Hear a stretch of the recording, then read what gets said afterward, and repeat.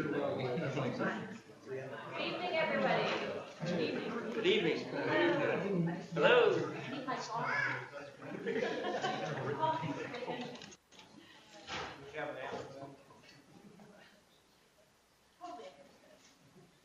Welcome, and thanks for coming to the third in the Sustainability Innovation Lecture Series that we're sponsoring this year. My name is Krista Bailey. I'm the director of the Center for a Sustainable Future, and I'm really happy to see you all here tonight. I suspect it's revolution is in the title. You're all excited. You should be. Very excited to have our speaker with us tonight and have all of you here as well. So you may have noticed we have a whole series coming up. Every Wednesday night, we are taking spring break off. Otherwise, every Wednesday night. So check that out. Lots of wonderful speakers from our city, from our region, coming to talk about the amazing things they're doing to make South Bend and Michiana more sustainable. So check those out. Also, you're on our campus, which is fabulous. And we have a full-on program here. If you want to learn more about sustainability, this is intriguing to it all. I know I handed you our propaganda. Information on sustainability studies at IU South Bend. It's the school, it's in the IU system where you can get a degree in sustainability, a minor, a major, or a graduate certificate, so check that out. And we're really happy to feature many of our students on the materials that have gone through the program and gotten jobs, which is great, right? And in fact, one student that works is our speaker, so that's fun also. Before we get too far in, I do want to thank our IT guy, who maybe is there somewhere. Thank you, Hassan. He's been helping us out every week. And thank our sponsors, one of whom is Inovateus Solar, coincidentally. Yeah. We also are happy to have the support of 88.1 WBP, helping to promote the event, and NIPSCO, who launched our whole series with a fabulous talk on energy. And A5, which is a branding and marketing agency focused on sustainability and growing healthy communities based in Chicago.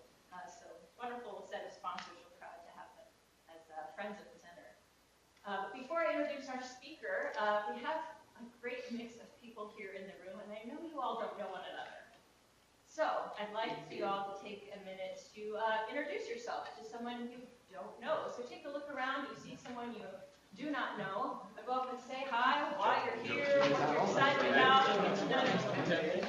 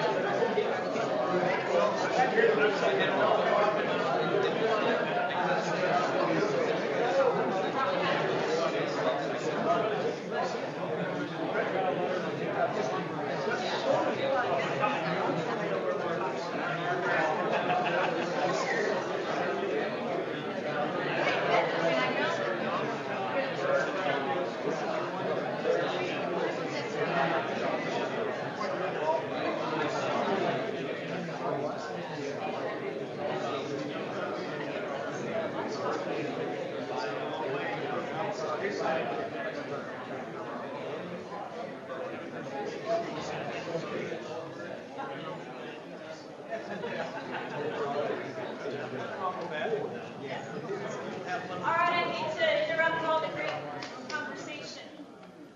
But yay, I'm so happy to hear all the great conversation and more yet to come. TJ's the president of Inovateus Solar, but I first met TJ when I was in grad school and I was looking for a magazine that doesn't exist anymore. They said, oh, go do a story about this guy. He's got this house. It's got solar. It's like all green. I was like, oh, that sounds great. So I drove out and he graciously let me in his house. And there's all these really cool designs and depictions of the sun everywhere in his house. I thought that's great. We had a wonderful little conversation. He got to show me how his meter turns. I've never had anyone show me that before, so that was kind of fun. We've been in touch ever since just about all the exciting opportunities in the area and how if you can dream of something existing, you just build it, and you do it, and you grow from there. So not to give too much away, but there's a wonderful story here of the revolution taking place through Inovateus Solar. So there will be some time afterwards for Q&A, and I know we're going to have some interactive and discussion going on throughout. So if you have questions, there'll definitely be time to ask that. Great. Thanks, Krista.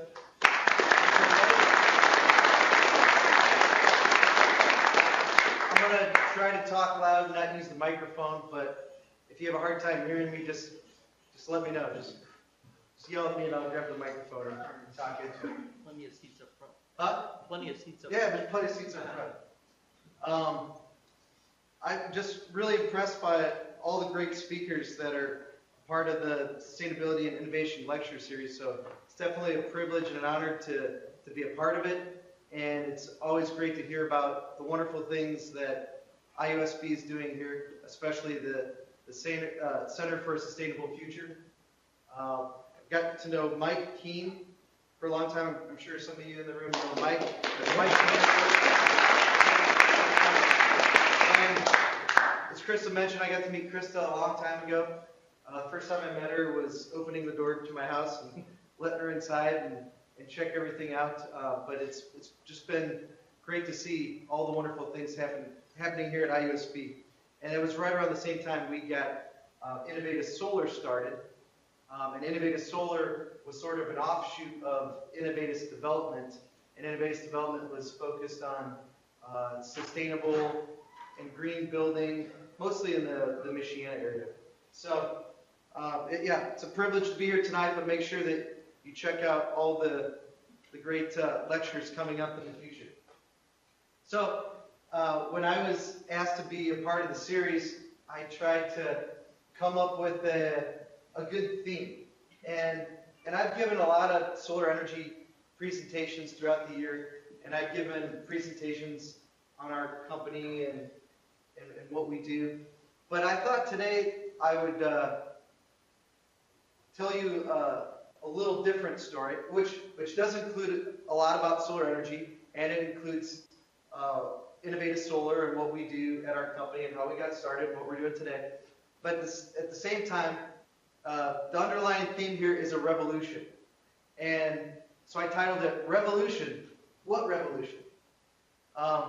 It's so interesting for me because myself and we actually have some Inovateus Solar team members here today, so I might be calling on people to help: Justin, Jorge, Mauricio, Tyler. But we're in the front lines of an energy revolution, and so every day we're working in solar energy, and lately we've been doing some solar energy and storage systems, and it's normal life to us. And sometimes when we talk to others about what we're doing, it's like we're speaking a different language, and they don't understand what's going on. And so I would say for us at Inovateus Solar and other people in the solar energy industry and other energy industries, especially renewables, there is a revolution happening. There's a big change in the way we produce our electricity and the way we use the electricity. So the reason I called it revolution, what revolution, is because there is a revolution happening, and I want to share lots of information about that with you, but it's not necessarily one that you see in front of you, as you drive down the street in South Bend, Mishawaka, or, the area.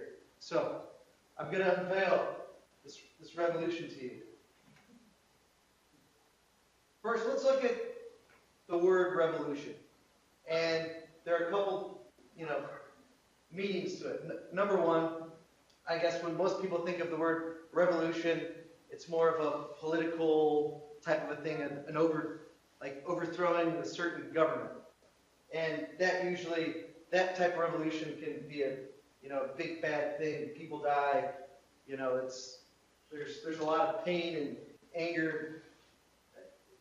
That sort of revolution is kind of crazy. I would say the revolution the definition I'm talking about today is more along the lines of number 2, which is a radical and pervasive change in society and the social structure. And I guess there can be a little violence involved in the energy revolution, not a whole lot, but I will share a couple stories with you later. And I guess it also ties in with number 3, a sudden, complete, or marked change in something. Does anybody know what this picture is? Right. So, here's a picture of a revolution. And it ties in with that first definition there. You have pain, suffering, war. This was sort of, part of a revolution, taking down of the Berlin Wall. And just around 500 years ago, everybody thought the world was flat. And Christopher Columbus and others, not just Christopher Columbus, a lot of other people, discovered that the world wasn't flat. However, at that time, it was a revolution in the way people thought. In everyone's mind, the world was flat, until suddenly somebody explained that it wasn't and proved that it wasn't. And a lot of times with the revolution, there can be many words thrown out there. And in the United States, especially in the 1960s, there was a big cultural revolution that took place.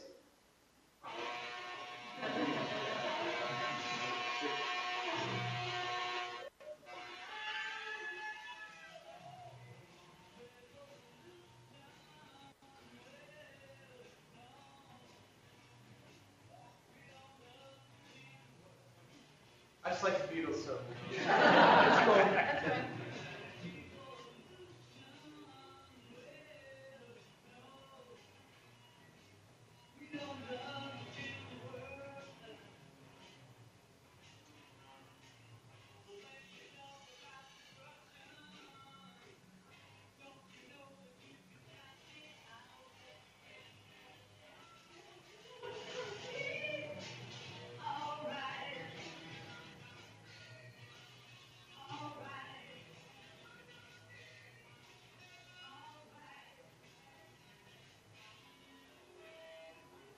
If you ever get a chance to check out the lyrics to the song, very good lyrics, very good song.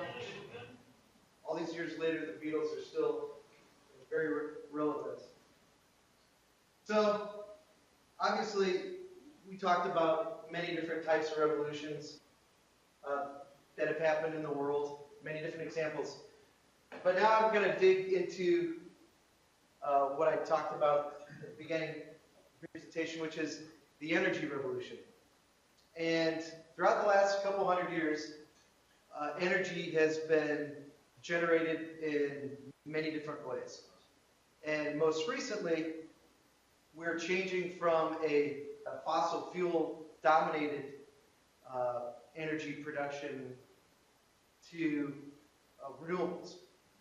And I live in the solar energy world at Inovateus Solar. We focus on photovoltaic installations. And photovoltaics are basically, they're solar, it's solar electricity. We install solar panels on roofs, and we do ground mount installations that it generates electricity in real time. And there's been a monumental shift to renewables from fossil fuels such as coal and oil. And it might not be happening overnight, but it's such a monumental change that that's taken time. About 5 years ago, I was able to give a presentation here, and it was a part of the entrepreneurial lecture series. And, you know, we've just gotten Inovateus Solar started. We're just a couple years into it. And I'll take Indiana as an example at that time. So 2010, there was probably maybe 150 kilowatts or 200 kilowatts of solar electricity installed in Indiana. And Indiana was, in terms of states, was bottom of the barrel in terms of installed solar. And today, 5 years later, there's a couple hundred megawatts, which means megawatts is million. So a couple 100 million watts of solar energy is installed in Indiana. And this change is happening all across the country, overseas, but Indiana is still behind the times, and yet there's such a big change happening here. I think that probably in the first lecture with NIPSCO, they probably talked a little bit about renewables, and they actually have had a pretty good solar energy program. They've installed quite a bit of solar energy.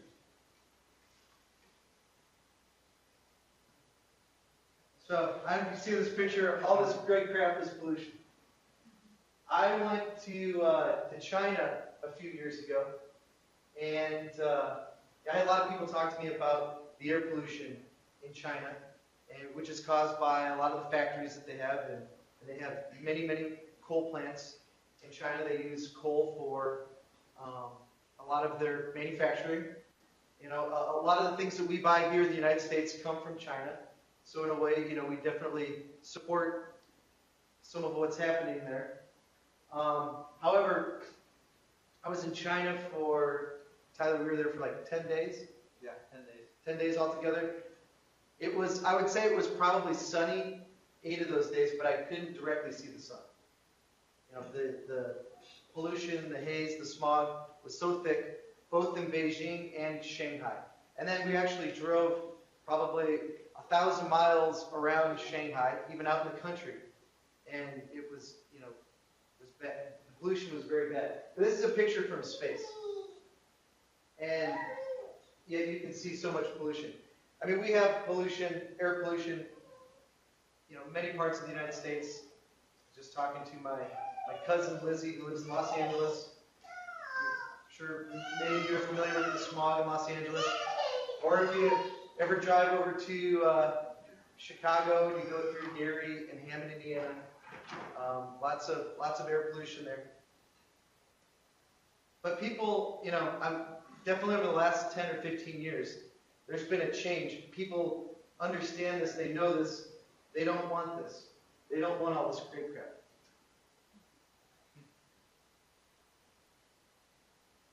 This is another picture of China.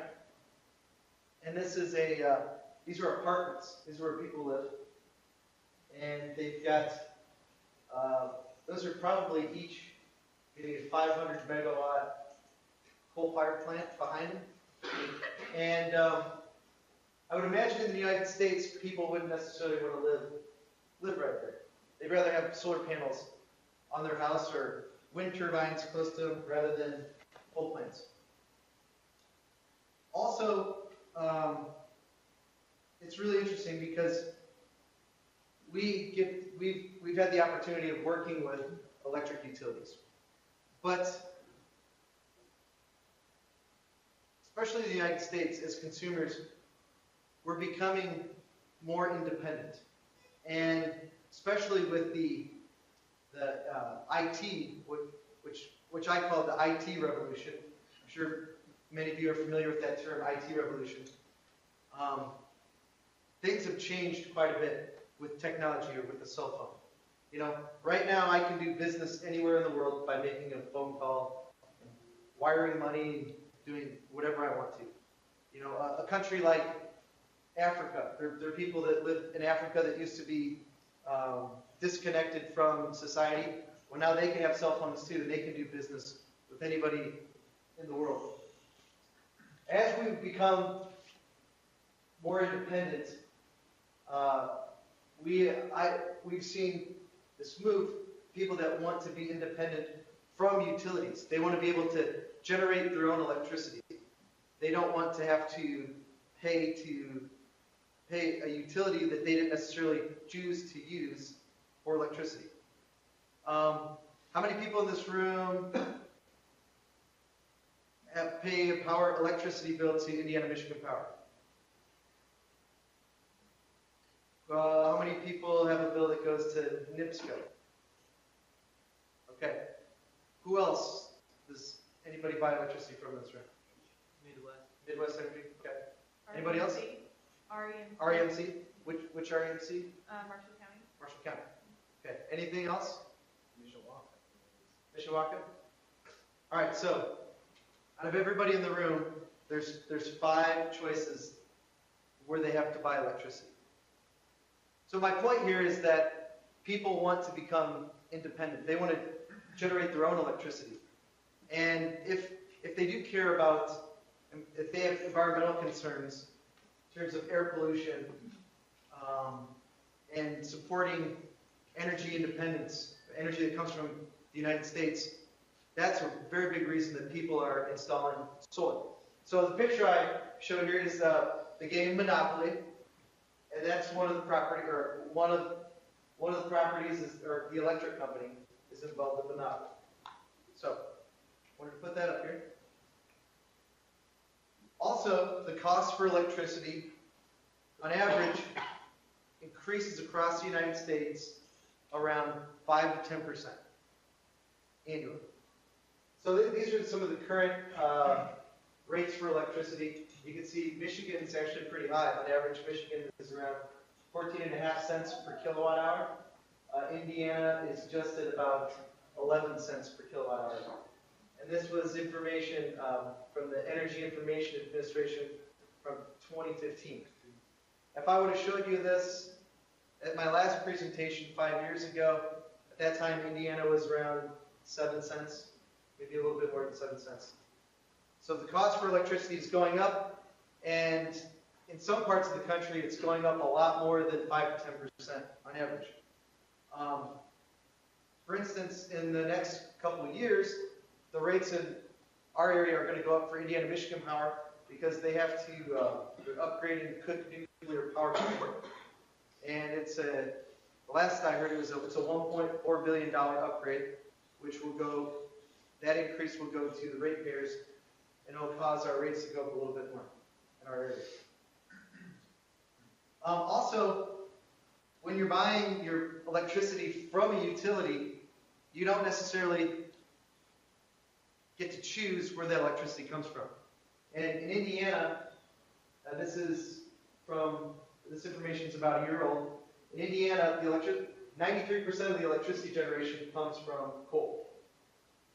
And it's another reason why people want to generate their own electricity or use other forms so that they can have their own choice. Now, things have changed a little bit, and some utilities are changing, and they're allowing their customers the ability to buy into solar energy or wind energy. But it's also something that's adding into this revolution. Something else that's helping this revolution is that big companies like Google are investing millions. At this point, Google has already invested over $1 billion into wind and solar energy projects. And Google is a hip company. And when people see Google investing in solar and doing solar projects and saying that they want to get 100% of their energy from renewables by a certain date, that also helps to drive this revolution. When you go to your Google page and this picture pops up, that's a big part of the revolution. When Tesla makes cool cars that people want to drive, these cars look cool. Now it's not, electric cars aren't just some, dorky cars, which, the reason I say dorky is because, when I first got into solar energy, half the questions I would answer is, everyone's like, oh, well, solar energy seems like such a good thing, but the solar panels are so ugly. I've never put them on my house because they're so ugly. And, from my viewpoint, it's like, that's kind of, you're missing the point there. However, Tesla's been able to get around that, making a cool-looking car that's become popular. It's a status symbol. I always hear so many people that want to drive a Tesla. But that's a part of the revolution. Tesla has gone, they've made an all-electric car that has gotten some of the best car ratings in the industry. Elon Musk, who's the CEO of Tesla, he's also involved with companies like SpaceX. He also helped start Solar City, a solar company, with two of his cousins. And Tesla, they have built an infrastructure of charging stations all across the country. So you can go from New York to California, and you don't have to pay a cent to charge up your car. Tesla's built these charging stations all throughout the highways, and a lot of these charging stations are connected to solar energy carports. So this is a part of the revolution. This helps with this energy revolution. And I don't know if you guys remember this, but about a year ago, there was a big push with Tesla because it was illegal to buy, and I think it still is, it's illegal to buy a Tesla in the state of Michigan. because Tesla doesn't follow the standards that have been in place for 80 plus years by the auto manufacturers that you have to buy through distributors. Tesla's a company that is broken down some of the barriers, and you can buy directly from Tesla, your car. You buy it directly from them. There's no middle person. And they didn't like that in Michigan, so it's illegal to buy your Tesla. However, I think if you live in Michigan, you could buy it in Chicago, or you can buy it at the closest Tesla dealer. But that's the revolution I'm talking about. Also, when world leaders or world figures get involved in the message, and whatever religion you believe, doesn't matter. The Pope made a big statement especially when he came to the United States at the end of 2015. And he came out and talked a lot about climate change, but he also touched on renewables and how renewables are important. And he's got some specific things he's even said about solar energy. So you have world leaders talking about it, even leaders in the religious world making big statements. So I kind of mentioned that the world that I live in is kind of in the front lines of what's happening in the solar energy industry. So this chart here kind of shows you what it used to cost for a solar panel, the cost per watt. And a solar panel typically makes up about 50% of the cost of a solar installation. So as you can see, since 1975, the cost for solar panels has dropped incredibly. It's dropped even 80% since I got involved in solar energy back in 2007. So the price to install a solar energy system come down 80% since 2007. And at the same time, the capacity of solar energy installed in the world basically doubles every year. And even though you might drive around South Bend or drive around Michiana, you're not going to see any solar panels. That doubling is happening in Indiana. The doubling is happening in our area. Mike helped out with some solar. Hey, does anybody here have solar? Oh, yeah. Hands? Solar? You got solar at the church? You guys got solar? Charge my phone with a solar panel. Okay, all right. Solar attic fan. Solar attic fan. Is it Sunrise? Sunrise attic Yeah, fan? I think it is. Okay, I think those are still made in Indiana. Yeah, Northwest Indiana company. Anybody else? Okay. But the next few years, the next 5 years, the next 10 years, you're going to see a big change. You're going to start to see a lot of solar in our area because the capacity is doubling. And maybe 10 years from now, you'll say, yeah, I was at this presentation at IUSB. This guy, TJ from the solar company, got up and talked all about solar and this energy revolution. But that guy was right. I see solar all over the place now. Sometime this year, there's going to be a pretty decent-sized solar installation happen on the Century Center. Indiana Michigan Power is doing 2 big solar installations in our area. One's underway right now. One's under construction at Twin Branch over in Mishawaka. The other one is, I think it's in New Carlisle. A good-sized solar installation going on. So, in 2015, globally, there were 64 gigawatts. A gigawatt is a billion. So 64 billion watts of solar electricity in the world. And as that number continues to double, and if it doesn't double, it's going to increase quite a bit. That number is going to get bigger and bigger and bigger.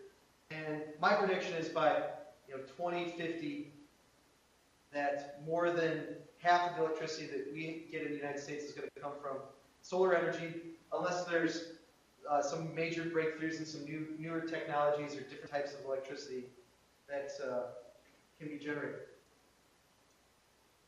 So I thought this was a great picture.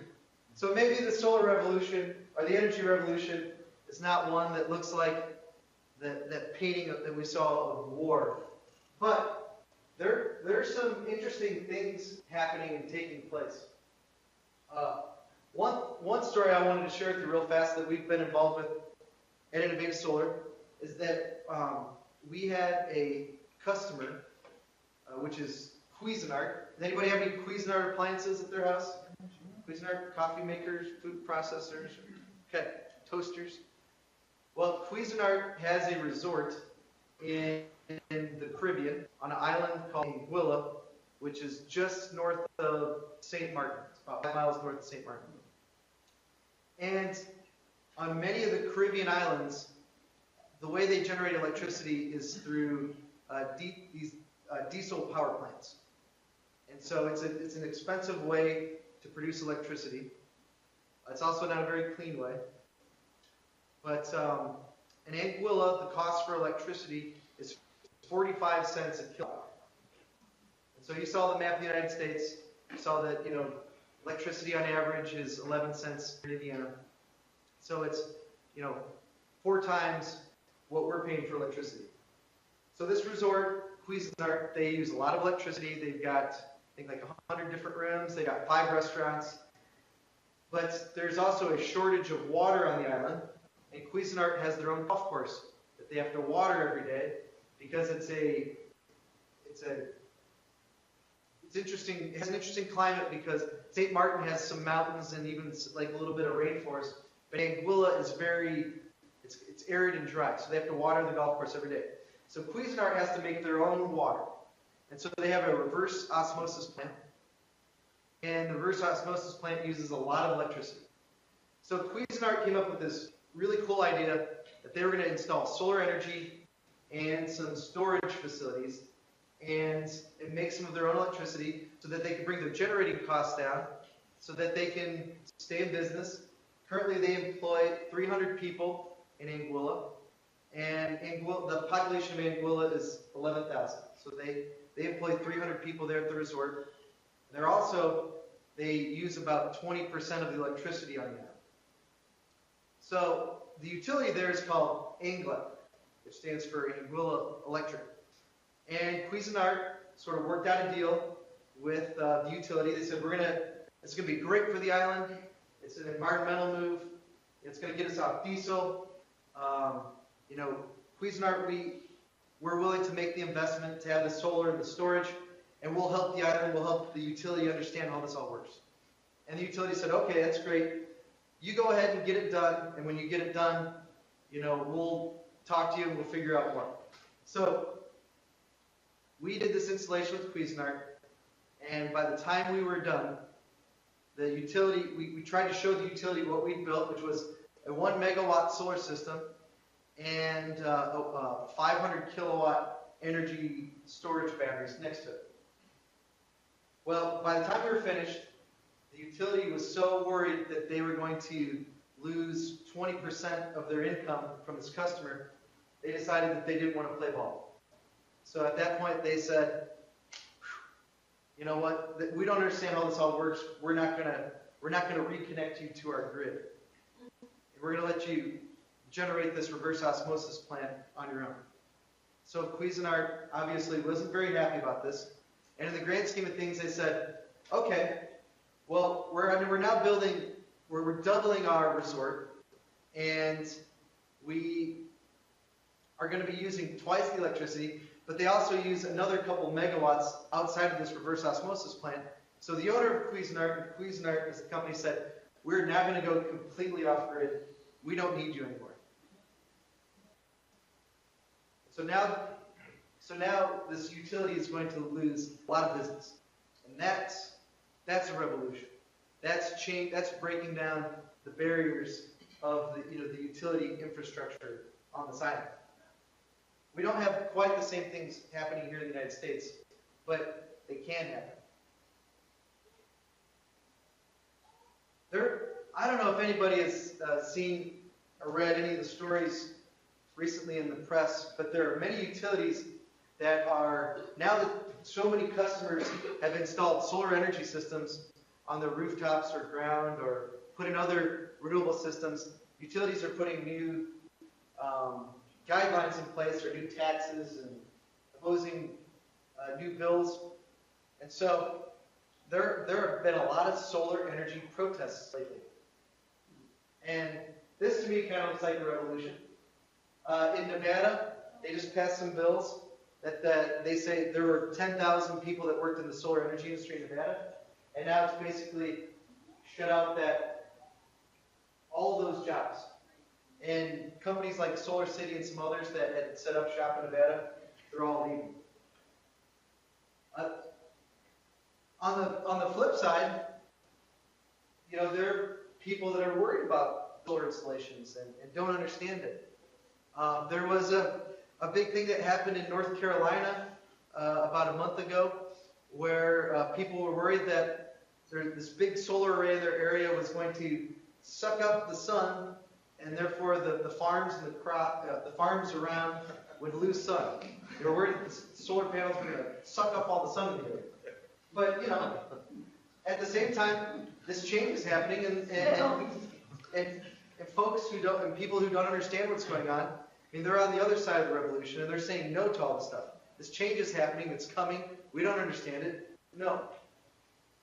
So, in some situations, we've done projects where, people just genuinely didn't understand what we were doing and working on, and once, we had the opportunity to meet with them and talk to them, we understood their concerns. But at the same time, things are changing so fast that you've got lots happening on the other end of the revolution. Now, I put this picture up there because renewable energy and this change has become something that's political. And it's talked about in the presidential debates, the Republican debates, the Democratic debates. In 2012, the last election, between Mitt Romney and Barack Obama, there were several conversations just about energy in general. And so many politicians are involved in the energy and the renewable energy conversation, and it's a big part of the revolution. I got invited to go to the White House on February 17th to talk about what's happening with solar energy in the Midwest. And I'm with a group of politicians that are Republican, Democrats, everybody, the full gamut. But recently, Inovateus Solar, we started working on it'll be the largest solar energy system in the eastern United States, all the way to the Mississippi River. It's an hour north of Detroit. It's a 60 megawatt solar project. And so some of these politicians, they want to know what's happening in the Midwest. And a lot of the utilities in the Midwest are decommissioning old coal-fired plants because it's so expensive to update them to new standards that are in place. And so when I talked earlier about that this is a revolution that you can't see, I think that's one of the toughest things to understand about what's happening in the energy revolution. Does anybody here today have any idea how much electricity they consume? Maybe somebody does. Just today. Just today? Do you know what food you ate today? $4. $4 for electricity. $4 electricity? Okay. So some people know. But the thing is, electricity goes through power lines. It's like this invisible thing that we don't see. We've got these power outlets in the wall, and we take our devices, we take our electronics, we plug them in. And electricity is, it's something that's not necessarily visible to our eyes. So it's something it's really hard to imagine, and it's hard to think about how much we consume on a daily basis. Now we get a power bill at the end of the month, and we pay the power bill, and then at that point, we have some sort of understanding of how much electricity we may have consumed at our homes or our businesses at that time. But the interesting thing is, we have a very unhealthy electrical diet. And we have an electrical diet that, in some ways, for many reasons, we haven't been able to control. But things are changing. A lot of the things I explained before are changing where people want to use cleaner sources of energy. Is there anybody here in the room that just, I'm not necessarily one to speak out against coal or fossil fuels. I'm here, I believe in a change in what we do. We need to be more efficient, and I'm all for progress. But is there anybody here that specifically says, I want all of my electricity to come from coal? No. But most of your electricity comes from coal. So the fact that up till probably the last 10 years that this change hasn't been happening and people don't really do much about it, but they're starting to, leads to this revolution. Another interesting thing about solar electricity is that solar electricity is generated and consumed at the source. So if you do a rooftop solar energy system and you tie it into the building, you could be generating electricity on your rooftop, but consuming it inside the house. The current utility infrastructure typically works where you have a power plant somewhere, far away from where the electricity is actually being consumed. So here, at IUSB, a lot of our electricity is coming from, there's some of it that comes from Cook Nuclear Power Plant up on Lake Michigan. There might be a tiny little bit that comes from hydro, maybe at Twin Branch. But a lot of it is coming from different power plants. Some of them might even be in southern Indiana. So there's a lot of electricity that's lost in the transmission. So with solar energy, you're typically generating right at the source. And a lot of wind farms wind farms work really well when you can build them in a windy area, and you can also tie them into the utility infrastructure that's in place.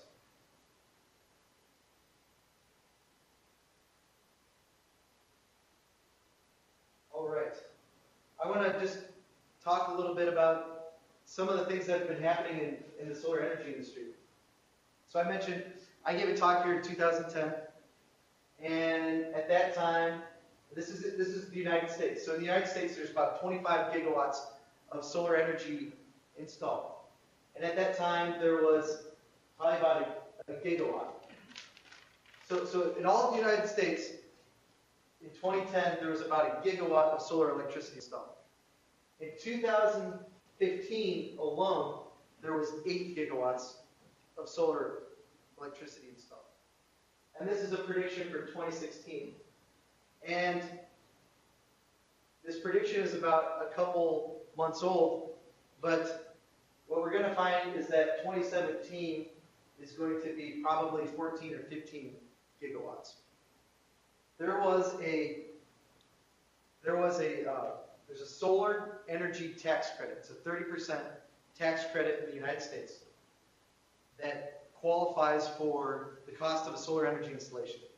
And that tax credit was set to expire, or it was set to go from 30% to 10% on January 1st, 2017. However, it got extended and it got built into what was called the Omnibus plan that had all different types of stuff in it. There was a lot of credits for many other energy industries, and it was kind of packaged into it, and it was a I guess a bipartisan bill that was passed. But that 30% tax credit now is in place till 2020, and then it goes down to the next year to 26%, 22%, and then 10%.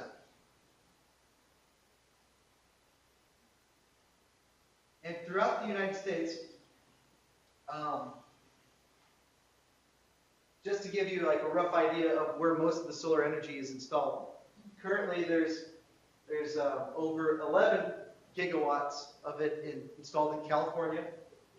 Arizona is number 2. New Jersey is number 3. And New Jersey has a high cost of electricity. And just recently, North Carolina jumped into the top 5, topping Nevada. You got Texas at the end of this list. And as I mentioned, Indiana has a couple hundred megawatts.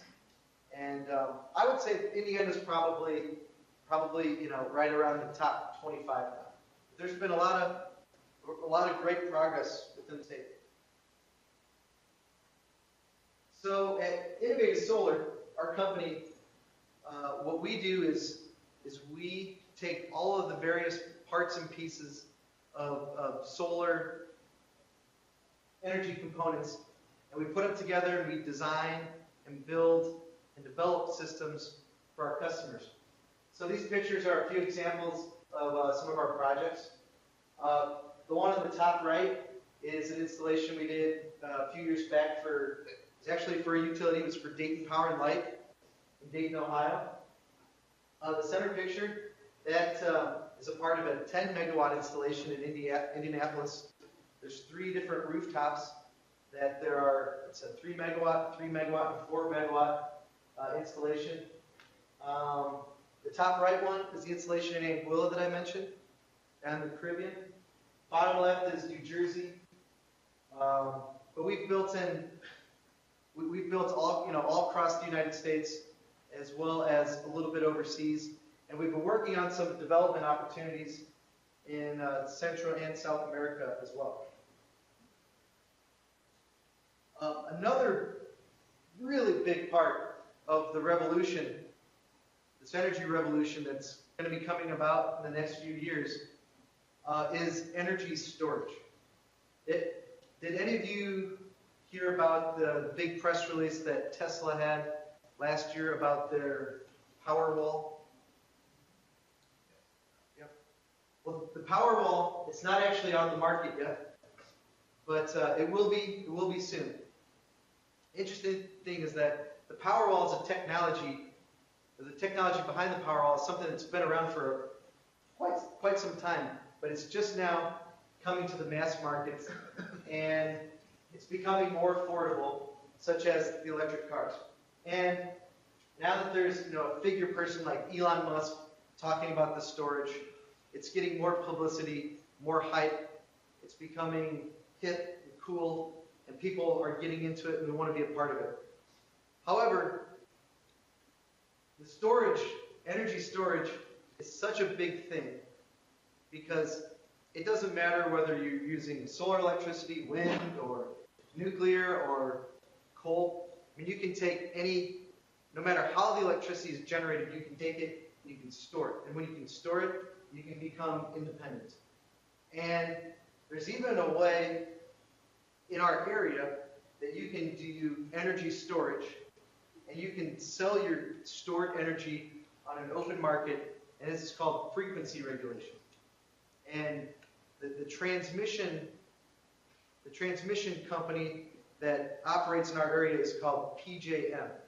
And so AEP and Indiana Michigan Power, for instance, they're a part of this PJM transmission.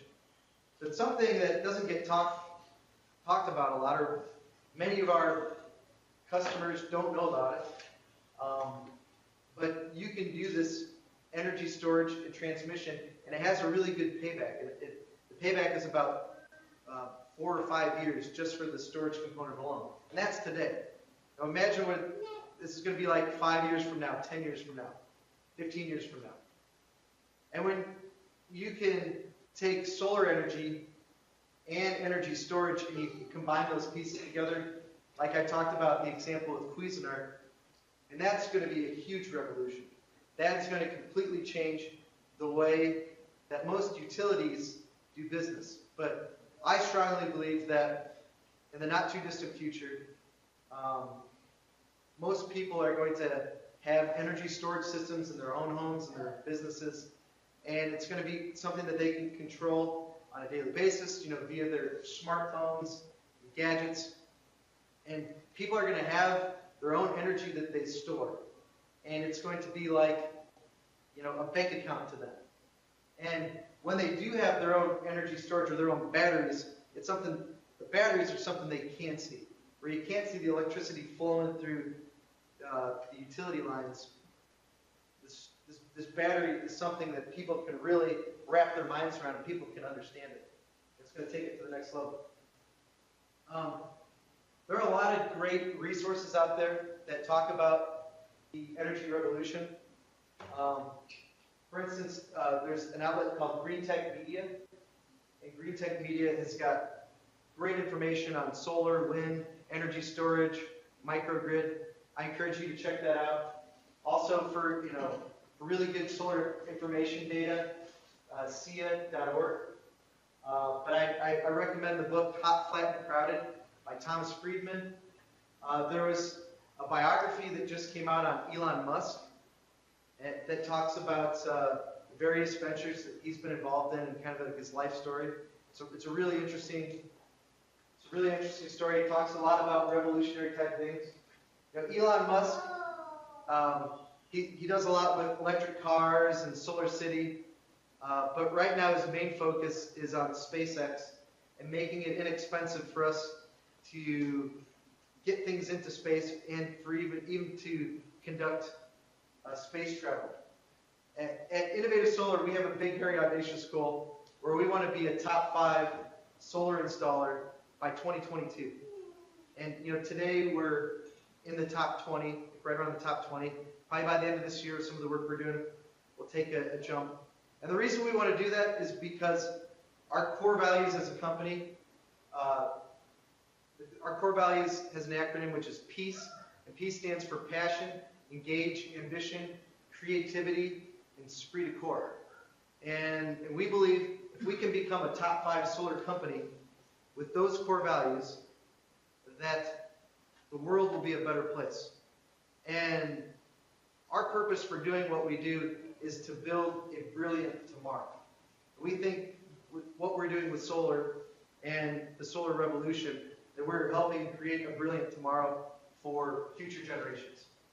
But Elon Musk, his big, hairy, audacious goal is to colonize Mars. So he is a big thinker. He's doing a lot.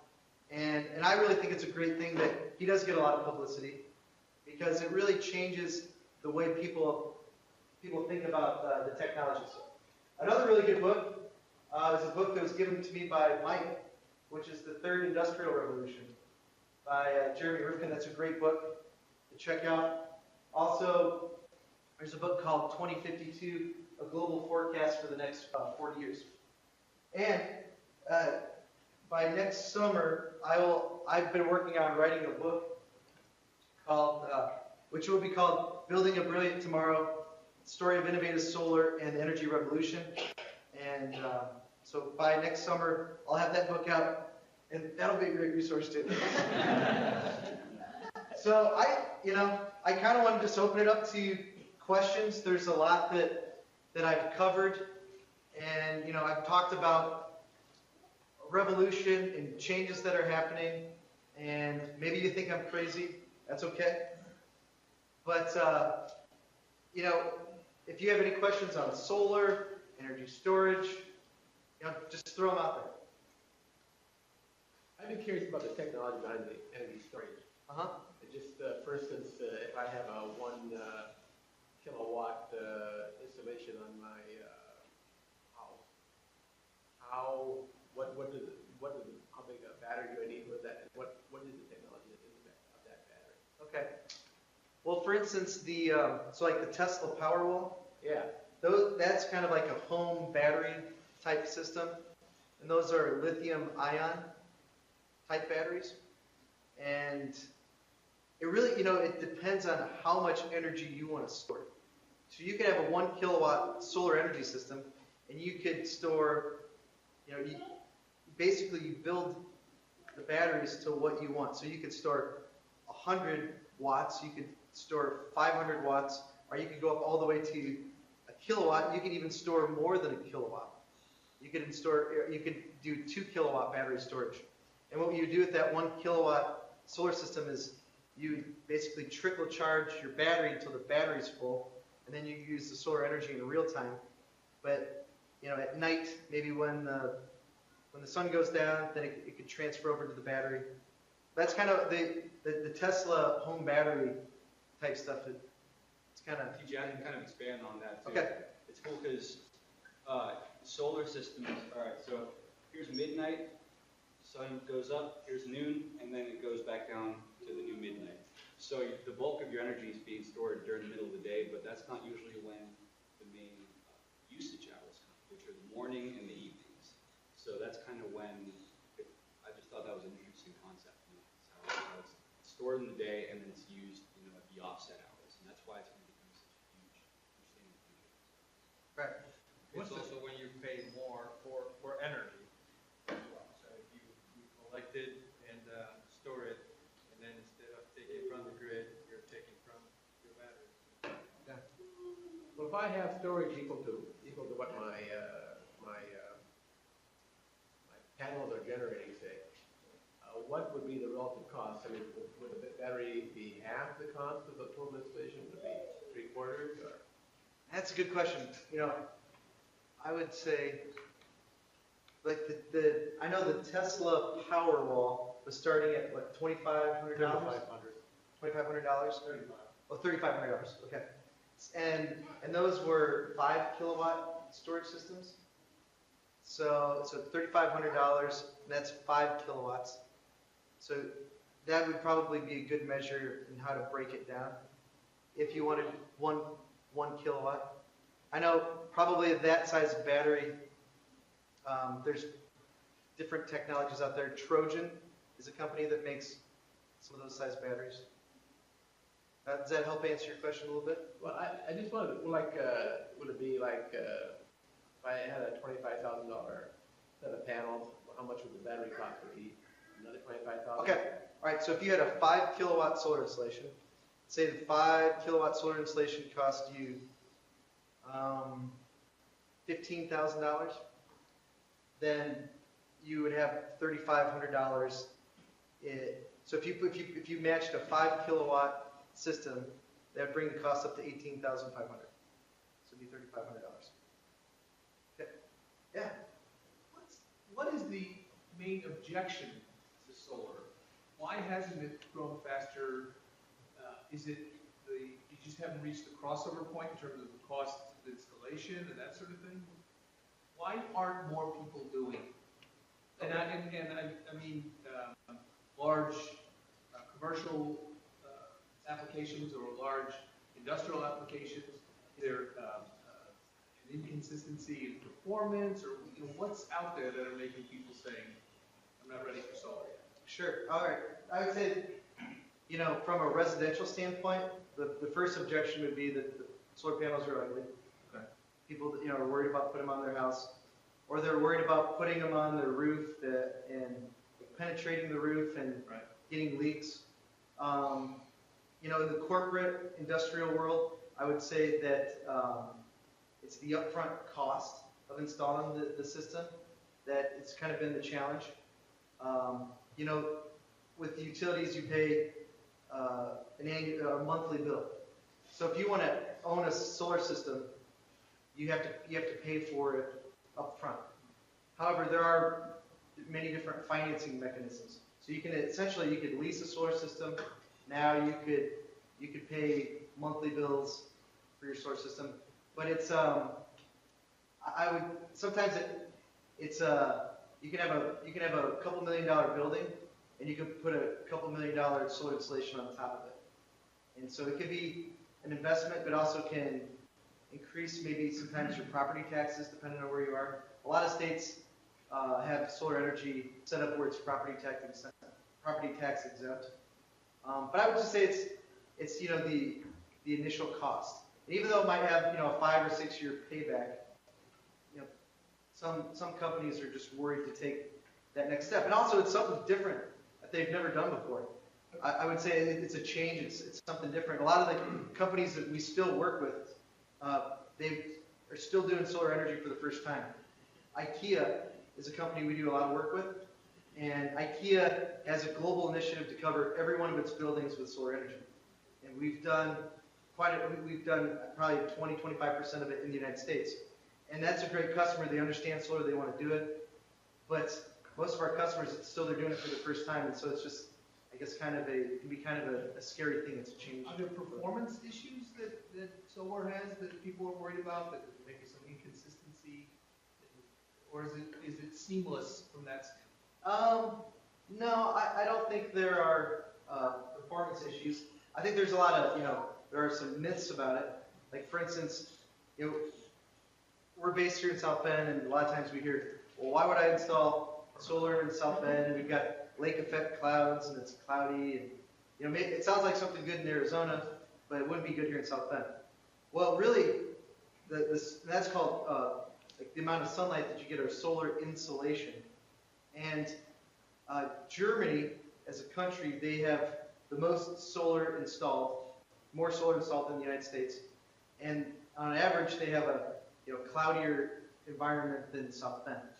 But what the factors that really come to play are the cost for electricity and being able to use the electricity right on site. So I think there's a lot of myths behind solar.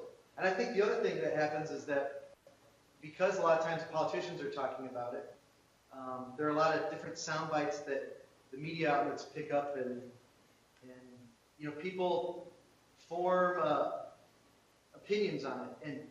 And back in 2007 when I first got into it, it was something really frustrating because I think solar energy it's a bipartisan thing. It's not a Republican or a Democrat thing. It's a way to produce electricity.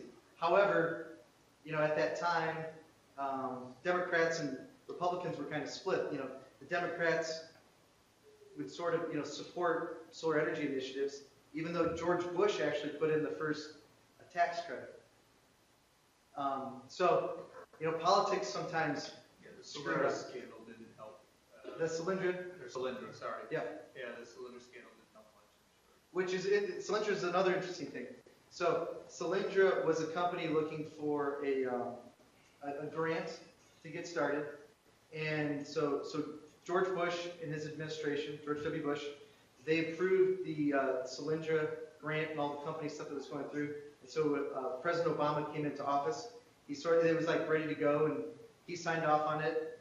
And kind of like the solar energy tax credits. So, I don't know, for me it's really interesting because in one way, solar energy would seem like something that would be very Republican, and it's a form of energy independence and keeping energy at home and keeping it with the people. But I don't know, I guess politics screwed up the way they do other things here. So those are just a few. Yeah. So how durable are solar panels? Like we get hail here, high winds. Like, is it easy to damage them? Well, I mean, most of the solar panels that we use now, they use the glass that they use goes through all different types of tests. So hail tests are some of the tests that they go through when they're using different types of glass. So one panel we use a lot is called Canadian Solar, and they actually some of their advertising and marketing is showing like a car driving over the solar panels. So I think the solar panels they're getting more and more robust, and the manufacturers are using like better products. We honestly, in all the solar that we've installed, we've never had any issues. The only issue we did have is a golf ball at that Cuisinart project next to the golf course. A golf ball did kind of, hit the glass, but it's like a shatterproof type of a glass. So, and you know what? We had a number of installations. We have a number of installations in the Northeast, and so when Hurricane Sandy came through, we did have some damage. But there's various types of technologies. There are some products which are like a flexible roll-out type solar panel, and those are pretty robust. So we haven't really come into too many issues with that. I don't know, maybe in the past, like in the 80s or the 90s or the early 2000s, maybe that was more of an issue, but we haven't had too many problems. Yeah. What's your thoughts on solar power? I've only heard of it in business class, and there's not many in the world, but they generate 3 gigawatts of energy. I don't know if it's per hour or per day, but it's crazy. Yeah, good question. The solar towers, I know there's one in California. I think it's called, I fly over it all the, whenever we're flying out to California, you can see it from the plane when you're looking down. It's not Solar One. Something like that. And that one's like a 500 megawatt solar installation. And, I think it's a good thing. Most of those have to go, in a desert-like climate where you have mostly sunny days. You have, low clouds, and it's a different form of electricity than we use. So we're using the photovoltaic type solar panels, and that's using some different technologies. So definitely not an expert on it, but those types of solar power plants, I think they're good. And another thing is like you have to tie it into infrastructure, like utility infrastructure where you have the power lines. Because you might put the solar power plant out in the desert, but there aren't necessarily homes and businesses around there or super close by that consume the energy. So you have to have the infrastructure in place to make it viable. But I've only seen more and more of it happening. Yeah. It looks like from just the presentation pictures of it, looks like more of an industrial installations. When you look at it from the residential, are there any concerns with structural integrities putting on top of homes versus land-based, that type of thing? Yeah, you definitely have to. You definitely have to look at the structural integrity of a home before you put solar panels on it. And typically, like when we do our solar installations, we have to get a structural analysis done of the building. And on average, a solar system weighs about, like a solar system plus the racking. And in certain cases where we're doing it on a rooftop, we need a certain amount of weight to keep the solar panels down in place. Because we actually do, we don't most of our systems, they don't actually penetrate a roof. It kind of sits up on top of a roof, and we use ballast to keep it in place. But those are typically around 5 pounds a square foot. So a lot of those pictures of installations I showed you, we don't penetrate the roof at all, and it's a ballasted system on top of the roof. But so on a home, you'd want to do the same type of thing. Make sure that your roof can withstand the weight of a solar system. But a solar panel itself is around 1.5, 2 pounds per square foot. Just the solar panel itself. Does that seem about right? It's about 50 pounds, I think. The solar panel altogether. And actually, when TJ was talking about the IKEA stores, the IKEA over in Canton, Michigan, they built an addition onto their warehouse, and they designed the roof specifically to have weight-bearing capabilities for solar systems. And we had a job that we were looking at for University of Illinois that we actually passed on because their roof wasn't strong enough to support the weight. We ended up just not doing that. So that's definitely something that needs to be considered for sure. Yeah, back there. I'm going to go back to the upfront cost of it. If you got a customer and they come to you and they say they're worried about that upfront cost, what do you tell them? That's a good question. You could say what the ROI is on your appliances. Like, when you buy a refrigerator, what's your return on investment there? Yeah, I mean, Yeah. depending on who the customer is, there are probably several different answers. However, what we do, like Tyler mentioned, is we put a proposal together and we run an analysis of how much electricity that solar system is going to produce, typically in a 20, 25 year lifespan, 20 years. However, most solar panels have a 20-year warranty.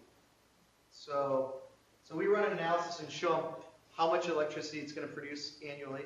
And the solar information that we get comes from weather stations, and there are TMY weather stations like TMY2, TMY3. James, are you familiar with weather stations? I'm Flying? familiar with the NOAA stations. Okay. So I don't know exactly Right. Okay. which ones give you the information about it. Okay. But so these weather stations have been collecting solar data for quite some time. So we give a customer, a proposal that shows how much electricity it's going to generate on an annual basis. And when they do have a question like, well, right now I pay a monthly power bill and here's how I pay it, and this is going to be tough for me to pay this all up front. What we try to do is we show them, what the system's going to cost, and if they're a tax-paying entity, we show them the tax credits, and it also the solar energy system for a business. It's something that can get accelerated depreciation. So it's an asset that you can depreciate over 5 years, and it's an accelerated depreciation. So we show them all the facts and figures and try to walk them through it. We put them in touch with other customers who may have had the same concerns in the past in making those decisions. A lot of times, we have to use customers that we've been working with for several years, or that we've done a system with more than 5 years ago, so that they know the system's going to work, they know it's going to perform, and they had good luck with us. So, there's just a number of different ways to walk the customer through it. TJ, could you talk about the PPA with Michigan State? Yeah. What you guys did? Yeah, so we're doing a project with Michigan State, and basically it's going to be a 13 megawatt carport installation, and so the panels are going to go on structures in the parking lot. It's actually the parking lot that they use for the football stadium. And what we did was we put a proposal together for them. We got a finance group, and we figured out a way to bring some investors that wanted to own the solar system. And we went back to Michigan State and said, okay, we've got everything in place. All we need from you is an agreement that you'll buy this electricity at 11 cents a kilowatt hour for the next 20 years. And we've got investors in the system that want to do it.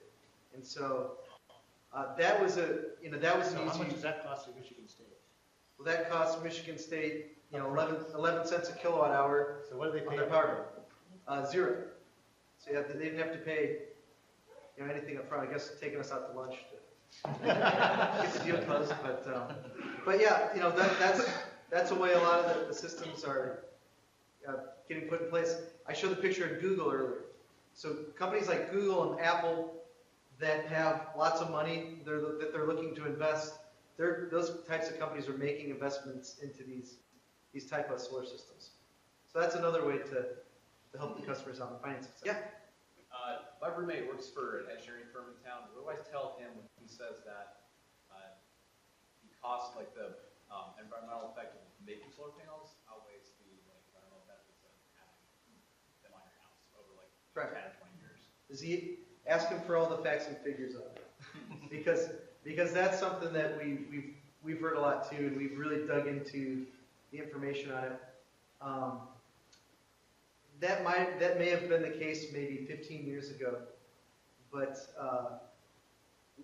I've had the privilege of visiting probably 25 different solar panel manufacturing facilities all around the world, and on average, it takes about 18 months for a solar panel, 14 to 18 months for a solar panel to generate the amount of electricity that's put into making the whole panel, not just the solar cells, but the cells, the frames, cables, and all that. A lot of the solar panel companies now have papers, and they've done a lot of research on this. There was a company that is no longer in business called Unisolar, which was based out of Detroit, and they were back in 2008, they were the first company to sort of put out a report that laid out all the facts and figures into that.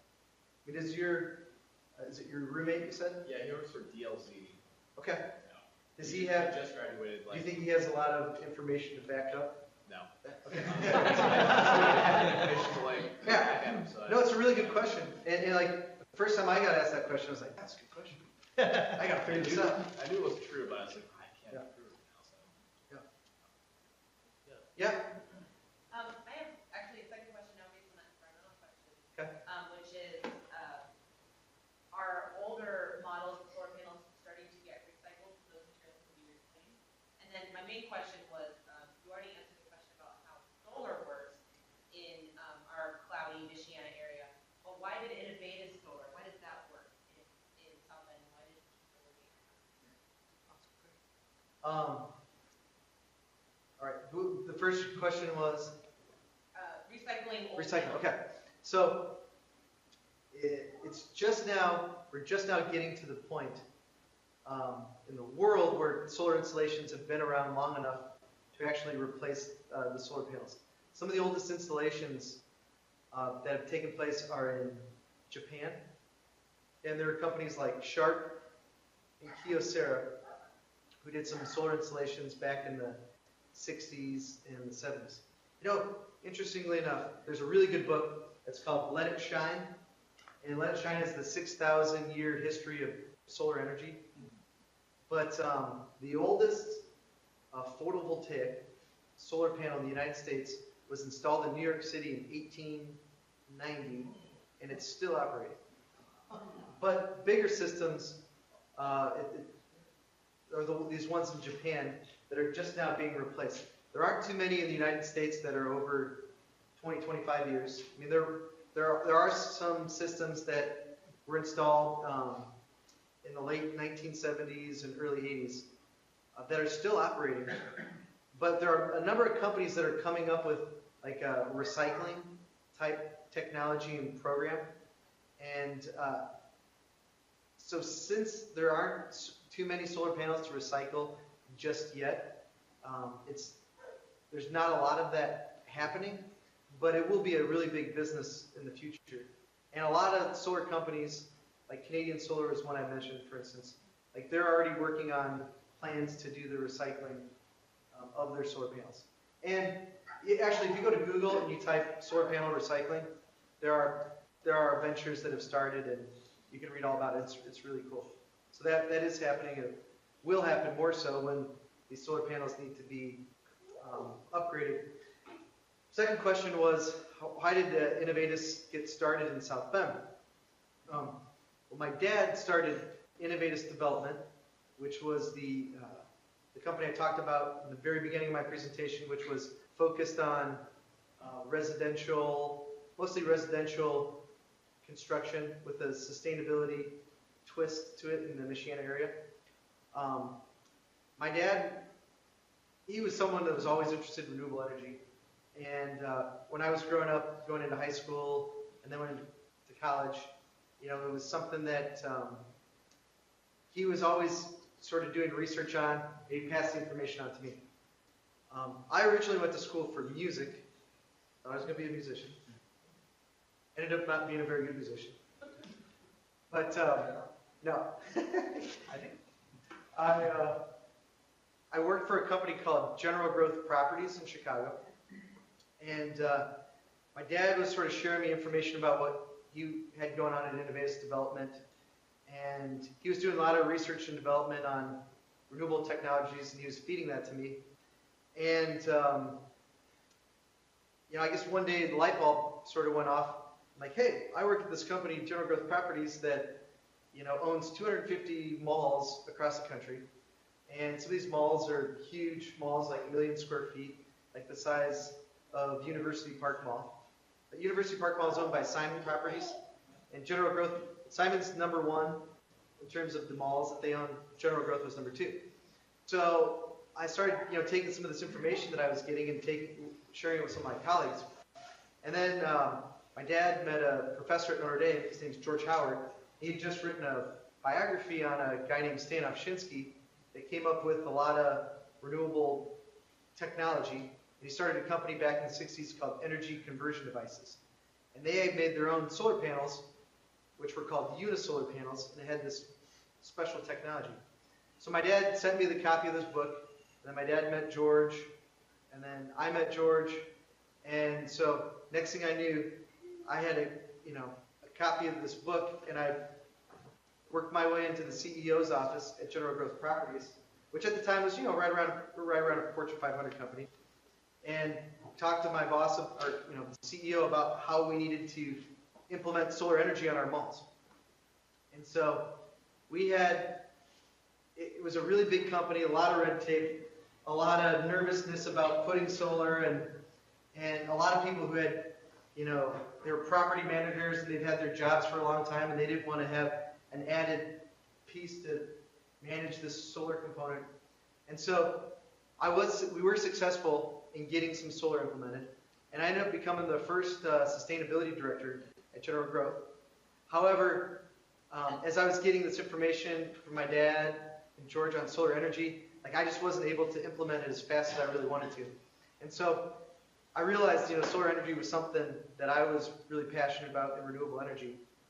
And I figured, you know, you only live once, so I might as well do something I'm really passionate about and try to make, you know, the biggest impact possible. So I asked my dad, I said, hey Dad, how about I come work for you at Inovateus Development, and then we'll start this solar energy offshoot. And he's like, nah. You got a good job in Chicago, you work for a good company, just stay there. But I was persistent, and I, you know, kind of kept bugging him a little bit. And then, so in July 2007, came to work for Inovateus. I grew up in the South Bend area. I had lived in Chicago for about 9 years. And so then I moved back, and we got started. And there were already a couple people that worked at Inovateus Development at the time. And so we kind of focused on building a business plan for Inovateus Solar. And then we started from there, but found that, you know, like, in the South Bend area, I mean, we've got the talent, the skills, the people that we needed to really start growing a great company. So, you know, so Inovateus Solar got launched in 2008. And we just have a fantastic team. And they're all, you know, mostly people from the area, but we have gotten some people we just had somebody move from San Diego recently to South Bend. You know, some people from Michigan and some other places. And Jorge, you moved here from Santiago, Chile, but went to school at Ole Miss, Mississippi, so I guess I moved directly from that area. Right. So, you know, we've been able to attract some people to live in South Bend. So that's how we got here. Great. Yeah, how's it going? So, I've got a question. I've got a young business that we just started, and my utility bills are astronomical. So, the upfront cost isn't the issue. The question I have is, how easily is the system expandable? You know, right now, I wouldn't need a huge system, but in anticipation of the business growing, I want the solar system to grow. So, we're starting from square one every time I need to grow, or? No, you would just sort of design a system that, like if you knew that you wanted to make the system larger, you just kind of design it to grow. So basically you've got your solar panels, and then your solar panels tie into an inverter. And so what you can do is you can add more solar panels, and you can add another inverter, and you can tie it all into the same system. It's really, you can even put a larger inverter in place in the beginning, and I mean, there's some engineering designs that go into it, but you could put, you could just hit the minimum threshold for the inverter, and then you could add more solar panels onto that inverter. So it's a system that you can build onto. Yeah. Second question, when we talk about, look at a local business within the community. And we're seeing a lot of our growth, our potential growth in the residential or large facilities of residential. Is the city of South Bend or within Michiana green initiatives on a national basis try to integrate that into our local community where we utilize, say, like TIF funds or tax credits within our community to have larger scale installations on our larger buildings within the town? Sure. There aren't too many programs in place currently. However, I know there's a team of people that are working on just that, to get, those types of things put in place within the South Bend area. There are, some communities like in the Midwest, like Ann Arbor, kind of had a solar initiative. Pittsburgh had a solar initiative recently where they kind of had some special incentives in that area. Typically, where you get some of these special incentives, they actually come from the utilities. But I do think there'll be some things happening in South Bend in the not too distant future. Yeah. Why isn't solar integrated as a like a roofing product for like residential and smaller installation?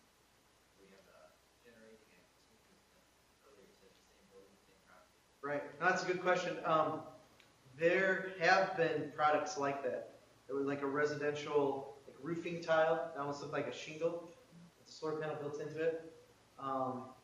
However, some of those products that were in place, they had a hard time competing in the solar panel markets around 2011 and 2012 because some of those technologies were a little more costlier. And around 2011, 2012, the price for solar panels dropped around 40–50% because solar panels were being manufactured on a very big scale. So there are companies like DuPont that have a brand new residential roofing tile solar product on the marketplace. The company I mentioned, Unisolar, they made a solar shingle. But some of our team members were just with DuPont last week, and they're kicking off a new residential roof tile product. Yeah, good question. So TJ, maybe one more question, but then Yeah. he's not running out the door, so you can still Right. probably grab him for Sure. more. Hey, I appreciate all the questions. Thin film solar, does it have a future anymore? And do you have anything to report on the house near Buchanan that had thin film solar on it? Yeah, I think that was my house. Yeah, probably is. Yeah, it's working well. There's that great article. Yeah. He's a good writer. But does thin film solar have a future at this point? It does. So thin film. He mentioned thin film solar, and thin films. There are a couple different types of thin film technologies, but your typical glass solar panel. And when most people think of a solar panel, what you think of is it's called a polycrystalline or monocrystalline solar panel that has, it's encased in glass. So thin film, there's kind of a thin film panel that's called a company First Solar makes, which is a cadmium telluride, CadTel, and it is a glass, thin film solar panel. First Solar is installing a lot of them, but like the flexible solar panels, that technology has had a hard time competing with the manufactured cost of the polycrystalline and the thin film that First Solar makes. So that technology is still, it's like double the cost. So it's had a really rough time. There are still companies that make that type of technology. There's a company called Global Solar, Mia Soleil, and some others. And I do think it has a future. It's definitely a niche product. And when you do have some structural concerns with your roof, and your roof might not be able to take the weight, the thin film panels are super light. And you know, thin film products also, I think, will be the ones that are going to go on cars. And or like my backpack right there. You know, that's more of like a thin film type technology. Is the efficiency still improving, or is that? Yeah, the efficiency is improving. It's still not as good as, you know, polycrystalline or monocrystalline or multicrystalline. Thank you for coming. Thanks everybody. Appreciate it.